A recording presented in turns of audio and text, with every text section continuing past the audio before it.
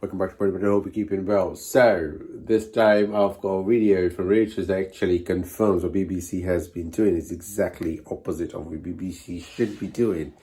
Is lying, plain in sight, lying straight up,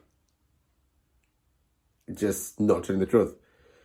So, the translation of the words that the lady who got released was totally different than the translation of the words that BBC has actually given out to the public.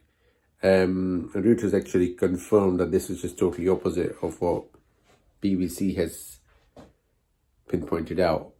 And that is really bizarre, because aren't they ashamed of themselves when they call out straight up lying, deceiving people?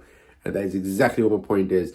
BBC is keeping doing it over and over and over again. We keep seeing the same pattern over and over and over again, and nothing changes. This hasn't changed ever, and that is exactly what the problem is. Unless this dilemma has been addressed, nothing else will work out, and that is the biggest injustice in the history that we could ever see.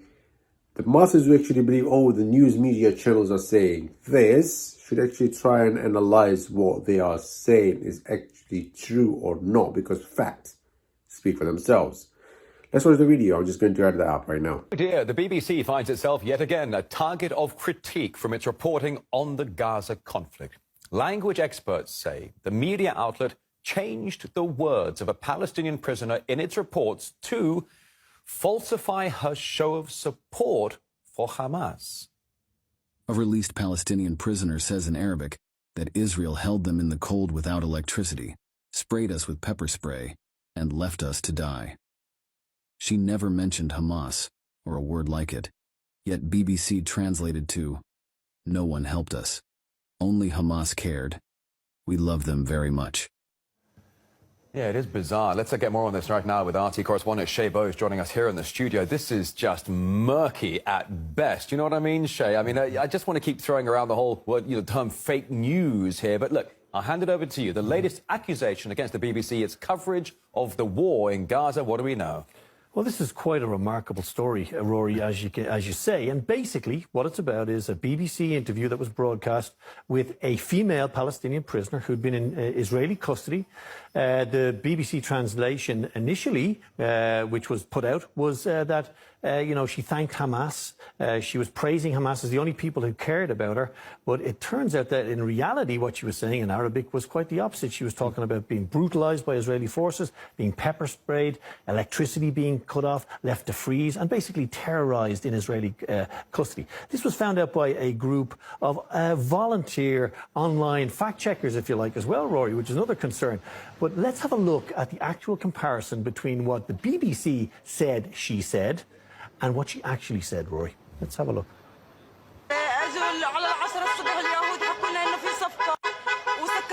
شهر مسكر علينا بيضربونا بالمسيرات الدموع.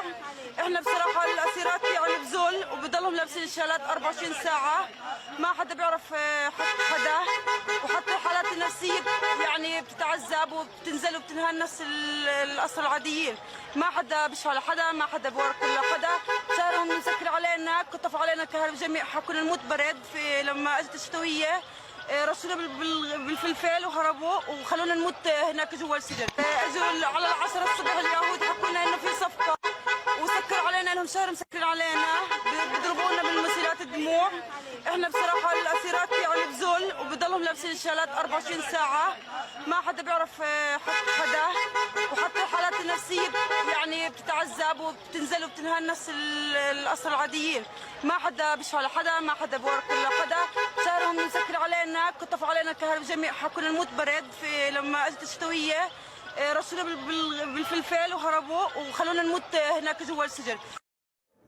So, as you can see, startling differences in truth and reality here, Rory. And what's absolutely crucial for the viewers to understand is this wasn't spotted by some internal fact-checking group, BBC Verify. They didn't seem to spot this one, Rory. This was spotted by a group of online volunteers who check this type of content for manipulation. It's really, really quite remarkable, And we can have a look at that, also as well. Let's have a look.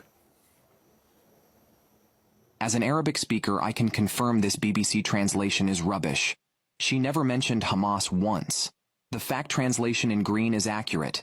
This is either gross incompetence or worse. Whoever produced this segment needs their work thoroughly checked. These translation errors are not errors at all. They are purposely mistranslated to shape a narrative. BBC, your journalism integrity is shattered. Here's the actual translation. This is so insane how BBC manipulated the narrative.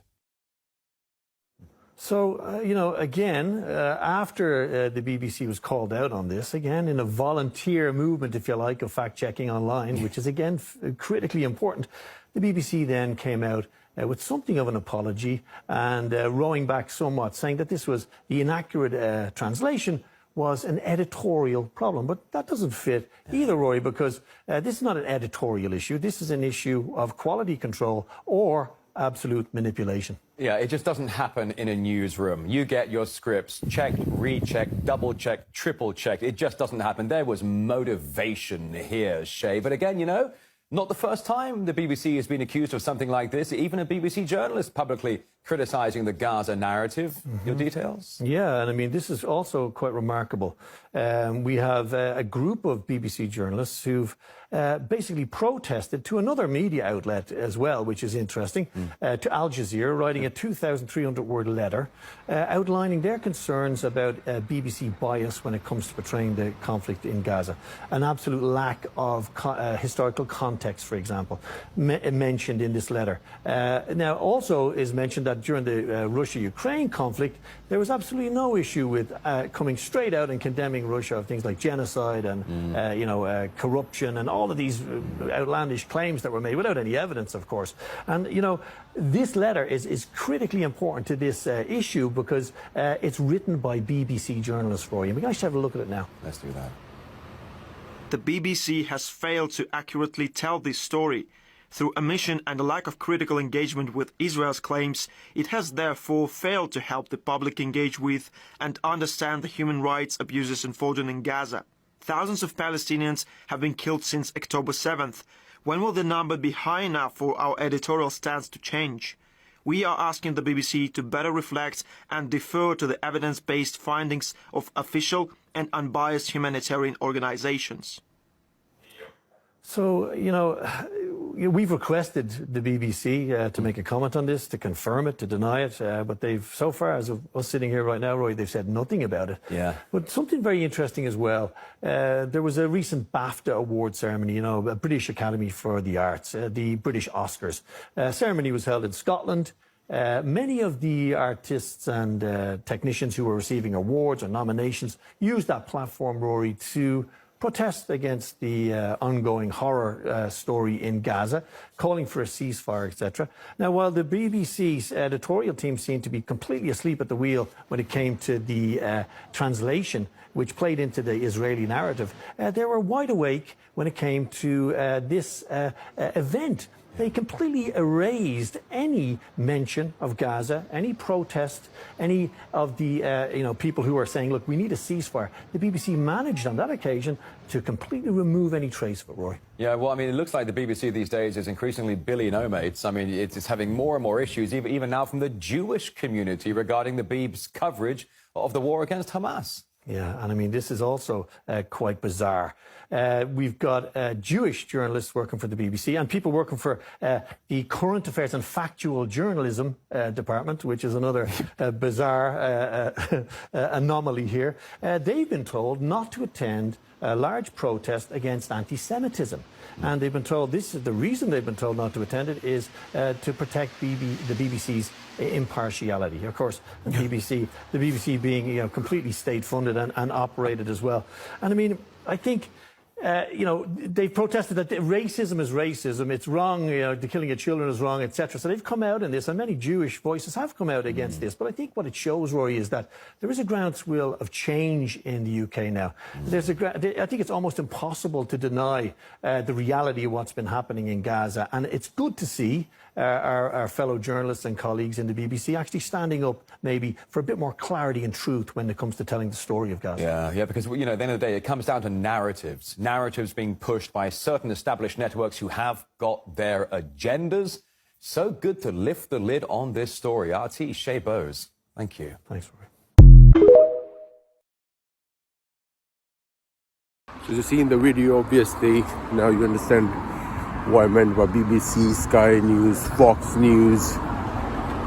All of them, literally each and every one of them, have been taken control of by someone sitting on top just telling them what to do.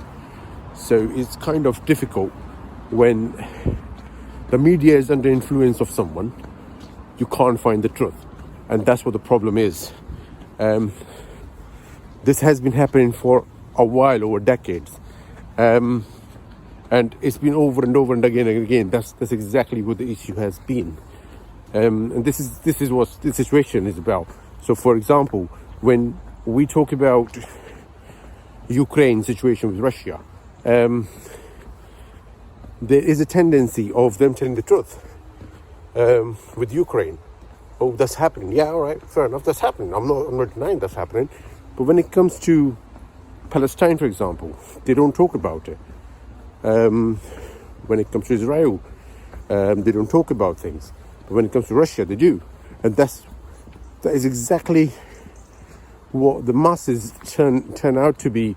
The masses believing too much into what the media is saying, like BBC and all those corrupt, obviously purposely writing down or making news or creating news or fiddling news sort of channels, and that just ruins the entire core idea of knowing the truth. The media is out there to tell the truth, but what's happening at the moment is the media is not telling the truth. They're hiding the truth, and they're hiding the truth and making lie look like the truth and truth look like the lie is the biggest issue of our generation. And we are in a, let's say for example, Israel has a right to defend itself, right? So do Aborigines in Australia. So do Aborigines in United States of America. So if that land, for example, belonged to Israel, then America used to be Aborigines' land, so they should just leave America as well. They should do Australia as well. That's Aborigines' land. It doesn't make any sense when you actually argue one point and not the other. It doesn't. It's very unrealistic to be fiddling around words when it benefits you, and not right way of doing things when it doesn't. It just doesn't set right. Just put the matter straight. Say the way it is. Talk about it straight up, and say straight up the way things are. I understand the influence is this. This is the actual part. The media is running. The media is actually run by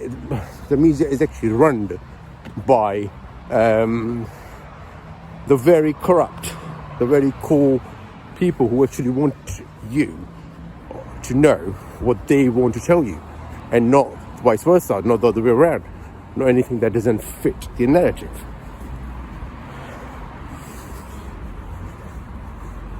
It's just too dark in here, so we'll just get out of here. I'll tell you further.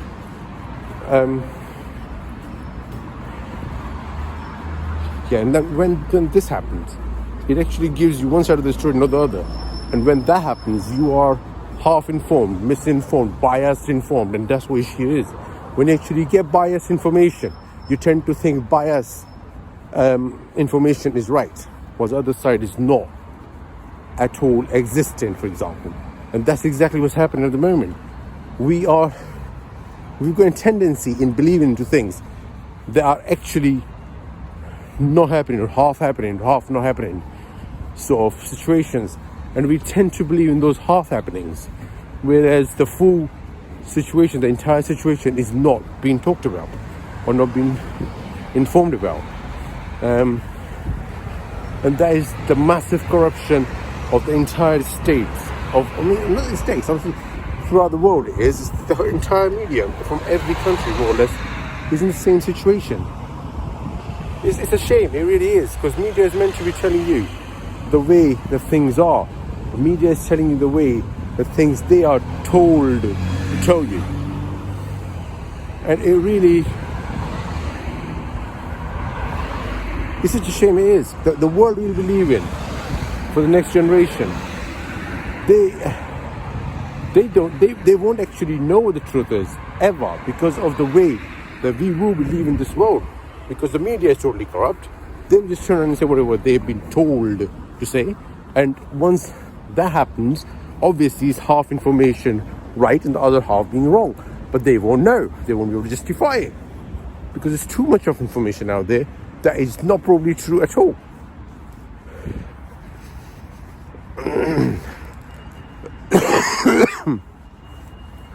And if this continues on and on, this is going to give massive headache for the future generations to resolve, to sort out, to work on it.